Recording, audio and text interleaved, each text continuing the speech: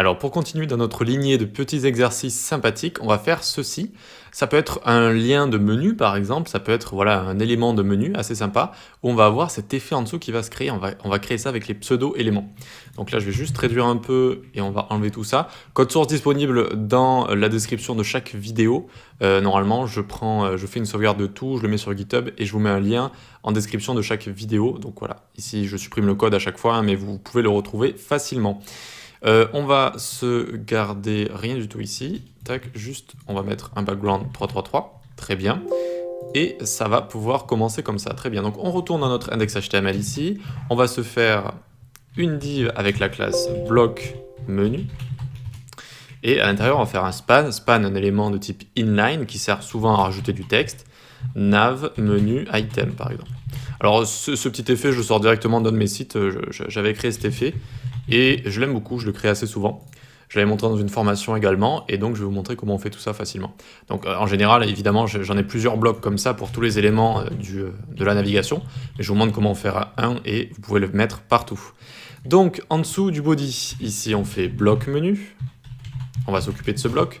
Eh bien, hop, pause absolute, vu que j'ai envie de centrer tout ça encore une fois. Top 40%, left 50%, et transform translate, moins 50, moins 50. Très bien.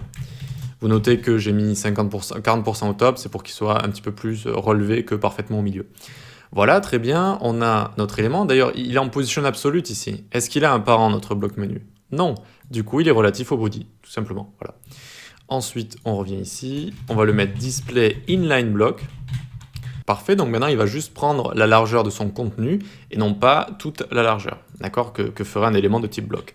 Ensuite on va prendre les spans directement, ici on peut lui mettre un font size 30 pixels, une couleur blanche pour qu'on puisse le voir, F1, F1, F1, text align center, ici ça ne va pas être utile vu que notre élément il est déjà parfaitement centré au milieu, donc pas besoin de mettre de text align center. Ensuite on va mettre juste un font weight histoire de, font weight de 700 pixels, très bien, cursor pointer. Hop, et on va lui mettre font femme Arial par exemple, comme d'habitude, comme ça. Hop, très bien, on a notre élément qui est juste ici, on va pouvoir s'occuper du pseudo-élément. Donc on va faire span, after, on va créer un élément après, ce sera cette petite ligne. Tout le temps, les pseudo-éléments before after, même si on ne met pas de contenu dedans ici, eh bien il faut utiliser la propriété content vide comme ça. Et on display block, car de base les pseudo-éléments sont en display inline.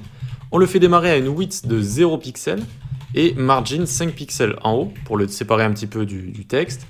Auto, 0 en bas, auto. Une hauteur de 2 pixels pour créer ce trait. Border radius pour l'arrondir légèrement sur les côtés, ça va être assez subtil mais on le fait. Background, on lui met hashtag AAA, c'est un gris comme ça, très bien. Et on va lui mettre une petite transition. Tiens, une petite transition sur la width.